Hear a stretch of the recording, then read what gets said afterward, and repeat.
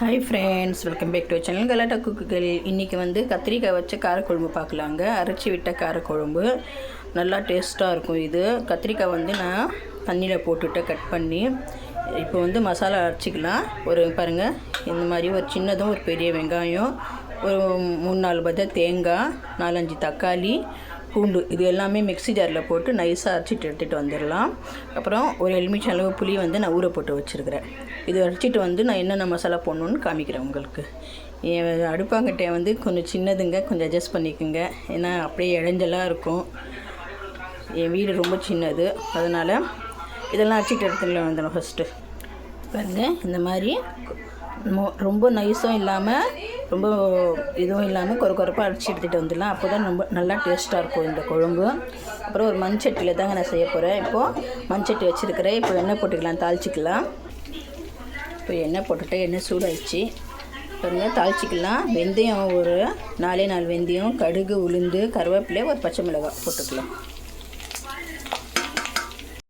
அப்புறம் இந்த கத்திரிக்காய் வந்து இதில் போட்டுக்கலாம்.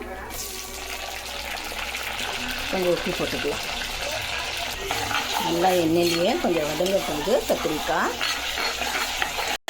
கொஞ்சம் வெந்திருக்கு. இப்போ மசாலா போட்டுக்கலாம். மஞ்சள் தூள், தனியாத்தூள் 1 ஸ்பூனு, மிளகாய்த்தூள் 1 ஸ்பூன். உங்களுக்கு காரம் எவ்வளோ வேணுமோ அவ்வளோ மிளகாய்த்தூள் போட்டுக்கோங்க.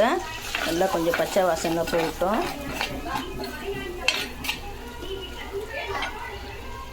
இப்போ வந்து நான் அரைச்சி இருக்கிறவர்கள நாங்கள் மசாலா அப்படியே போட்டுக்கலாம்.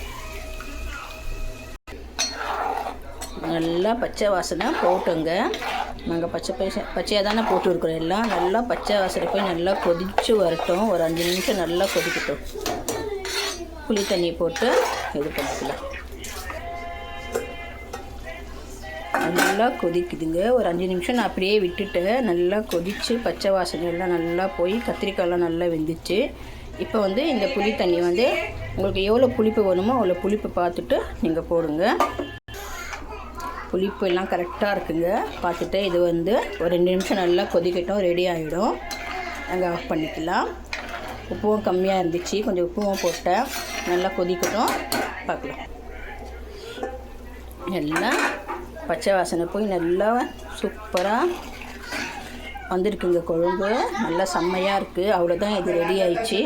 இது வந்து மேலே நாங்கள் கொத்தமல்லி